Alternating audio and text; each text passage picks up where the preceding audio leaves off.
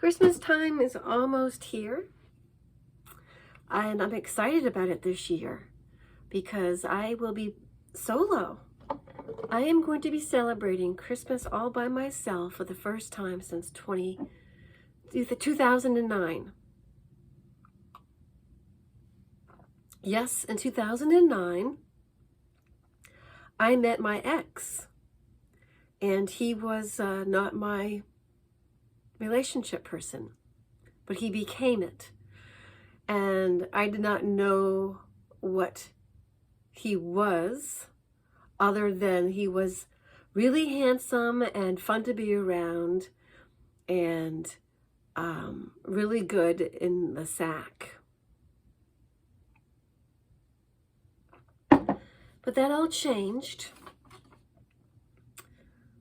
That changed, and when that changed, in addition to my getting older, I became less blinded by hormones. So I also was getting diminishing returns. I'm glad that he lives 3 hours away, and I'm glad I didn't move there, even though I had moved there twice. So you have to understand, this was a yo-yo relationship. And there's a name for the type of person that I believe he is, but it's less important for me to name that than it is to actually now live my life the way I see fit, and to observe my happiness. And my happiness level, my happiness quotient's going up. It certainly is. I'm organizing my desk. It feels good to do that. So this video, for anybody who stumbled upon it and is wondering what my point is, I don't always have them because this is just off the cuff. I'm flying by the seat of my pants. Yes, I'm wearing pants today. And I also am improvisational in style. So this is going to be what would be called a listenable video. You don't have to be looking at me on the screen, even though I do have an image there for people who feel like looking. Now, I did a lot of, I've been YouTube binging. Has anybody else done that? I've been YouTube binging on narcissism because that's what he is. And at my age, which is, I will be 59 in the year 2022, and I'm excited about it.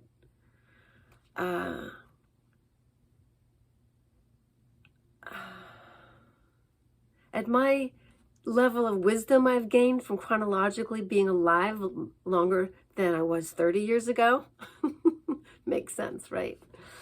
I remember what it was like to be 29. I remember what I was doing. I was raising kids. And I had a narcissistic husband. My children's father is a narcissist. And let me explain before you may jump to the conclusions. Well, Kat, it looks like you're just calling all these men narcissists. Well, yeah, I am. And there's a reason. It's not because it's trendy. It's because we now know what it is. We now know what it is. We, as in the human species, now understands narcissism and how it begins. And the reason why I'm explaining this to you is because it is a mental illness that not only is it mental, it's emotional too. And these people aren't normal. And they have no business being in relationships. But they're in them. All right. My attraction to them had to do with something called trauma bonding. Yeah, because guess why? I had a narcissist parent. my mother. God bless her. She's 86 and still alive and spunky and loving towards me now. But given an opportunity, if I'm in the same room with her, oh boy. She used to bring me to tears, and then I became impervious to insults. I became impervious to her manipulations. Bless her heart. Because I imagine she probably had, well, she says that she had a borderline personality dad. But of course, my grandfather, her dad, was always loving to me. And I liked everything about him but for his kisses when he greeted us with these puckered lips and bristly, like, men's hard lips. I was like, I like soft lips, you know. But it'd be like the attack of the lips with stubble.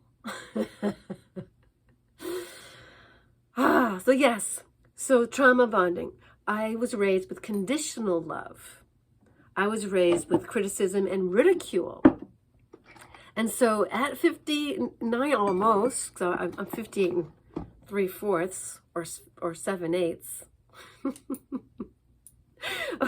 or 11/12. Yeah, I'm 58 and 11/12. You're never too old to grow up and heal. Even with your shitty childhood, which wasn't totally shitty.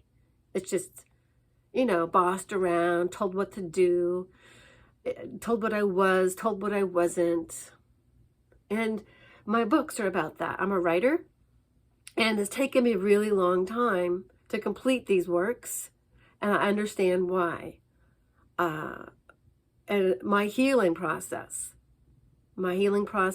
getting away from the narcissistic relationship pattern, being able to actually have gotten older, not died or killed myself, so that I can value the things I've learned to trust and know about myself over time. Yes. And to actually really finally find out what I am. And labels can be negating. Yes. Naming something can make a black magic spell. Yes.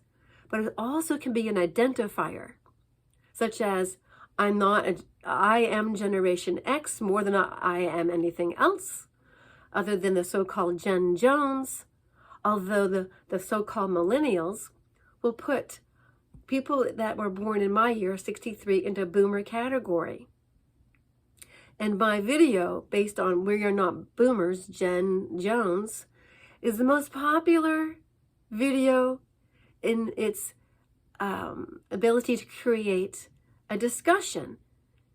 If you click with the people, if you click on my name and get to my videos and then arrange the videos by most popular, it's now penis size. I talked about penis size, okay? Because in my books, all right, the way this Gen Xer, aka Gen Jones individual, who now has another label, which I'll get to, hold that thought. It has a Greek letter in it, and it's not the Delta variant. I worked my way through school by taking my clothes off in front of an adoring audience. I was a stripper. And that's how I got through school. I'm so privileged to be pretty enough to have done that. Even though I have very small breasts, I attracted the ass men that loved my ass. Plus I could dance. That helped a lot. So I'll talk about my books. In fact, I'll even read from one of them because I'm feeling more and more encouraged to write, because I've discovered that somebody who could read my books and benefit might just be one of those stupid millennials who keep wanting to call me a boomer. I am now targeting Gen Z, who I think are brilliant. And you know what? They actually get us.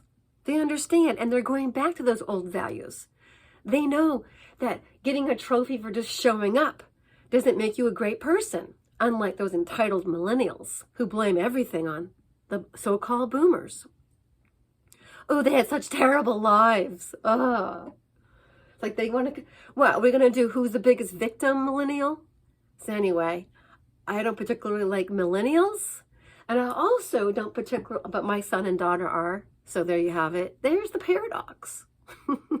Not the dogs, the paradox. Not the ducks, the paradox.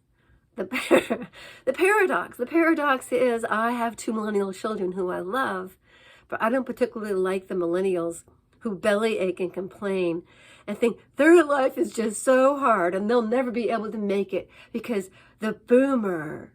And it's like, yeah, really? Guess what? They're dying off. People in their 20s and 30s actually are the largest population group, but they're complainers too. Like, stop complaining and live your life, and don't worry that you aren't good enough to have won first place in that race. You're part of the human race. Mature. Become a grown-up. Come to terms with your sex, your status in life, your religion, when you were born, what card you were handed. Rather than belly aching, get a friggin' move on. Move on in your life. Move into being what you can be with what you've got. And stop complaining and calling people boomer. You guys are really stupid. Yeah. Well, and you're amusing. I actually kind of like it that you bellyache and call me a boomer, some of you, because it's like, there's another pathetic one. There's another, wah, wah, wah. I didn't get what I want. Wah, wah, wah. It's like, yeah, go complain to TikTok. Do what some of these amazing millennials are doing. Actually, I think they're probably the ones that came after you guys, which you guys are actually like wise. Like, I'm really closer to Gen X, XY. Why? Why are millennials such complainers and crybabies? Why? And then there's Z's. So I like the Z's. They get us. They get us and they respect us.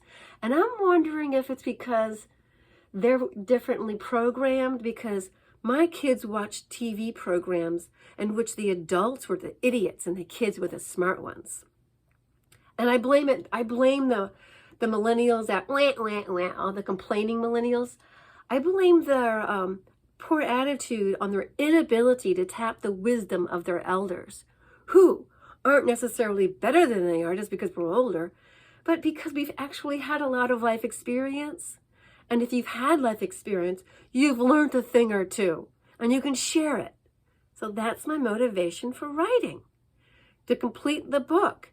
And I know why I was having such a hard time, because I was putting my energy into the sinkhole of the narcissistic relationship with my ex, who I just finished with the first week of November when we had the new moon. And it was like all the lights went on, and I told him I wasn't going to come there to the 3-hour trip to Virginia. And he kept telling me he was going to come see me in Raleigh, where I live. And I'm in the little acorn, not the Big Apple. I'm in the little acorn. And I'm from the same area that Dave Sedaris, who wrote those great books. Okay, I'm reading one of his books. Here it is. I'm from his town. And he's one of my heroes. And he's gay. He makes me happy and gay. We allowed to say that nowadays? Okay, people, get off the PC. This is not hate speech. But he has a different way of looking at things because of his homosexuality. Okay? Well, I have a different way of looking at things because of this new label I discovered about myself, is that I'm a Sigma. Okay? I'm a Sigma female. So, all right, I said this to somebody, and of course online, which is like the biggest place people can be total trolls. They can also be really juicy and wonderful. I've had people say wonderful things and reach out and have been very encouraging, and they outweigh the trolls and the naysayers and the haters and the party poopers and the rainy cloud on your parade.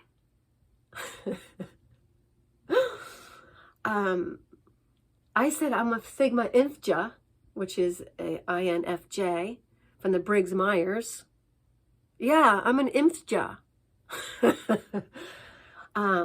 I told the platform that I posted on that I was learning how to be the alpha female with these dogs I was watching, because I'm a pet sitter to my friends, and that this dog, Lily, was no longer barking at the other dogs, and I realized why.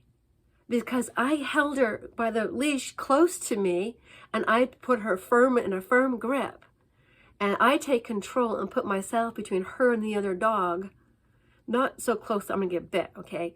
But in a body language of, I'm going to protect you from the dog. And her owners use one of those leashes where they get to run out and they get to like go off further. And I make that dog stick with me and we trot. So it's not like she's bored walking. Anyway, I posted, there's Lily, and I've learned a lot about myself being with dogs. And I'm an alpha with the dog. And ever since I've been an alpha with this dog, she hasn't been frightened by other dogs. And it's been a joy. And in the human world, I said, I'm a Sigma INFJ. Well, this guy writes back, only men can be alpha or beta or gamma or whatever Greek alphabet letter they want to be. You females are just ladies. And he spelt it like A. So I thought that was cute. And I have not written back to him since I wrote this sentence. So I can report later what he said after I wrote this one sentence. Because he answered it twice. And I'm like, I'm just going to let him stew in his brew. Because I don't feel like he's being nice. And I think he was triggered. I said, you can think what you like. with a happy face. And that's very Sigma. In other words, I don't care if you like me, millennial. I don't care if you disagree with me, whatever you were born as. I don't care if you like me or don't like me. I don't care. I know what I am, and it doesn't require your approval. And you don't hurt my feelings. It's more like, wow, isn't it interesting how somebody took my personal identifier and then tells me only men can be. And I was like, wow, he can think what he likes. So I'll report later about what the response was. But if you type into your YouTube that if you're binge watching or listening to this, I want to know what Sigma is now. Sigma is pretty unique. And I've always been this way. I know I'm not the most beautiful woman. I know I'm not the most intelligent. But yeah, at the same time, I've always been comfortable in my own skin. Maybe it's because I had that narcissistic mother who busted my ego. I had to go find God in the closet. I was sent to my room so many times just for being a kid and being punished for things I said that made no sense to me. Like punished and not understanding why you're punished. It's just like insane, the bad parenting and being treated badly and then sent to my room and not understanding what I was being punished for. I'm talking grade school, like 8, 9.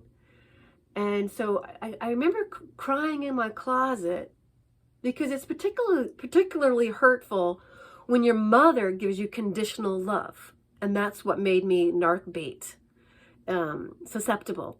Because I was always looking for the approval.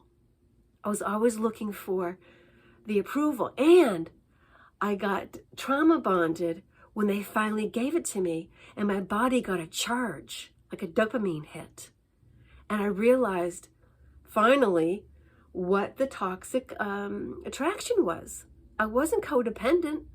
I wasn't an enabler. I wasn't any of those labels. And so I was like, So my mother would give me conditional love And she'd only love me if I was this, this, and that. And then the same thing with the narcissist, only every single time I did something to please them and not be my personal self, it didn't necessarily make things better.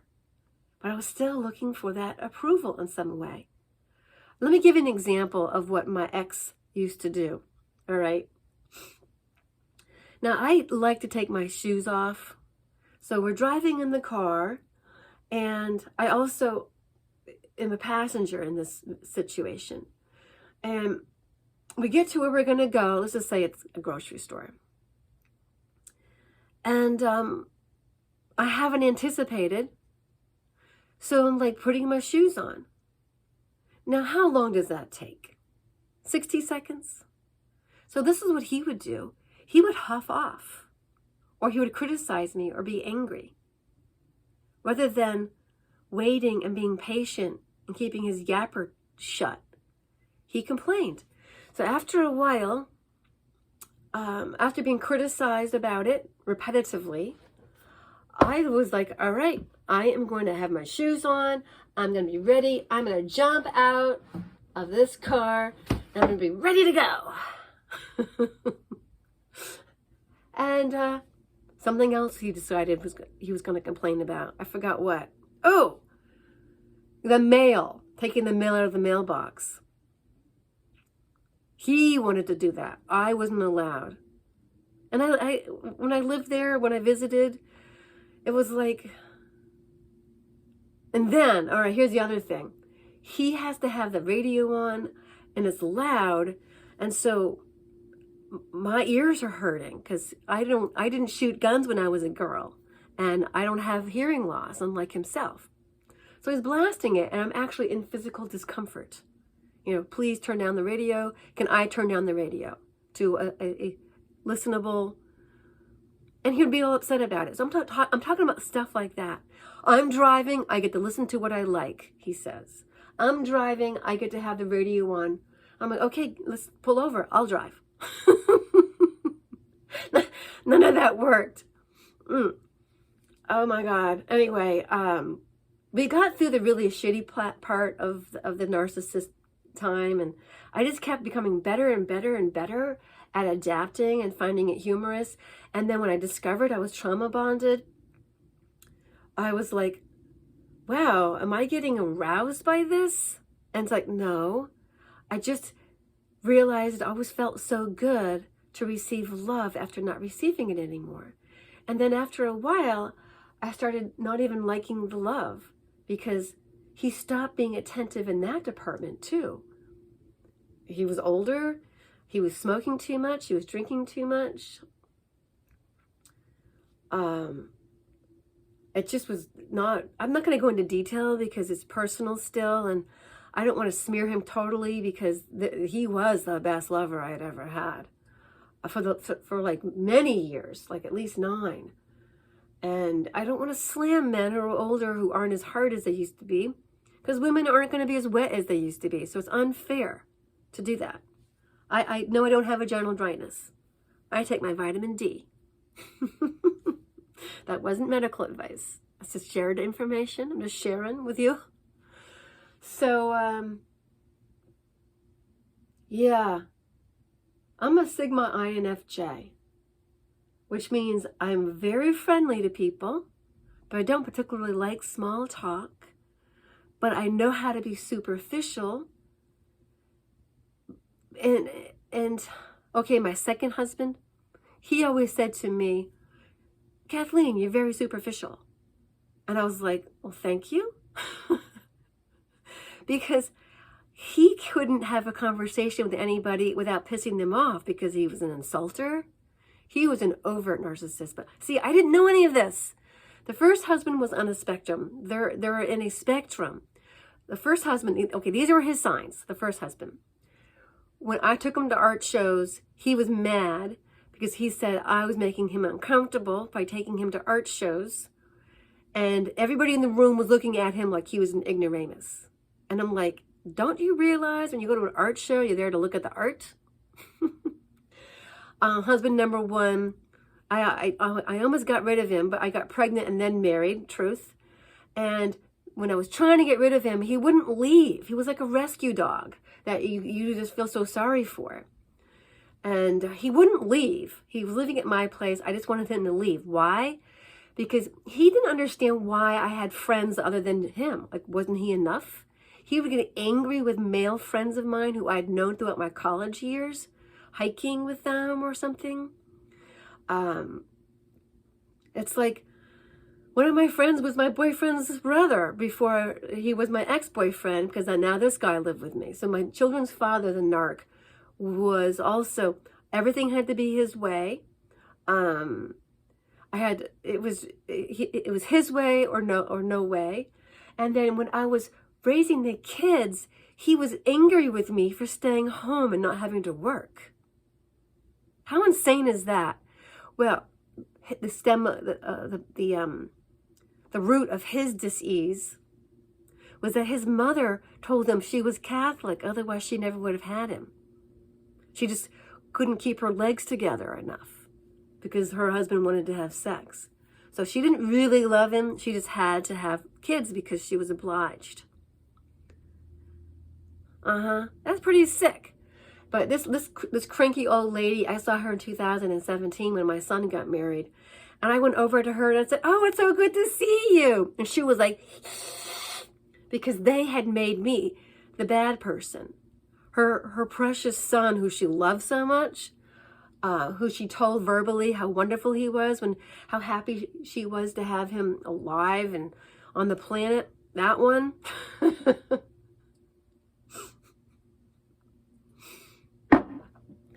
had made her into a flying monkey. He complained to everybody he possibly could what a terrible person I was. And truth be known, the man came home from work angry all the time. And I suggested he work out to get rid of his anger. He was angry all the time. I couldn't get him to do anything, and he never let me do anything by myself. It was like I couldn't have girlfriends. I snapped. I snapped and I left him. But I went straight into the arms of another narc who I didn't know was a narc. He was self-confident, whereas husband number one was insecure little, like, puppy. And I wanted to be with somebody that felt good about themselves. So little did I know, I went from the frying pan into the fire. And that one took me for a ride. Ooh. And I still didn't know what one was when I got with narc number 3. So yeah, I've been a serial narc dater, lover person. But I'm a long-term relationship person. That's the thing. And I give it all I've got. But now, now that I'm 58 and 11/12, I no longer have hormones driving me crazy. So I can think, I can focus a lot more on my life. I can finish the books that I would like to be able to benefit even the millennials that are stupid and want a trophy just for existing. All right, I hope you're a millennial that can take it. If I can't make fun of you guys, the only thing this is their favorite insult, boomer. Is that all you got? Little Y? Why are you upset all the time? You little Y generation? Why? So yeah, you guys are complainers. So I started off talking about what and how am I going to finish this? Well, stick with me, kids. You'll learn how to enjoy my videos that are low budget. Absolutely no editing, no makeup, bad lighting. Done by a Gen Zer. Put on some music next time. Get your knitting out. Anyway, I've talked long enough. Hope to see you sometime in the future. I'm still trying to get it together to get a Patreon because I do want to do my book readings over there. And that will be my motivation to finish my books. Yeah. about when I was a dancer and the stories I have to tell, and also the life lessons about how to be a better parent and to be more loving and not use your tongue as a weapon by saying mean things to people like your children.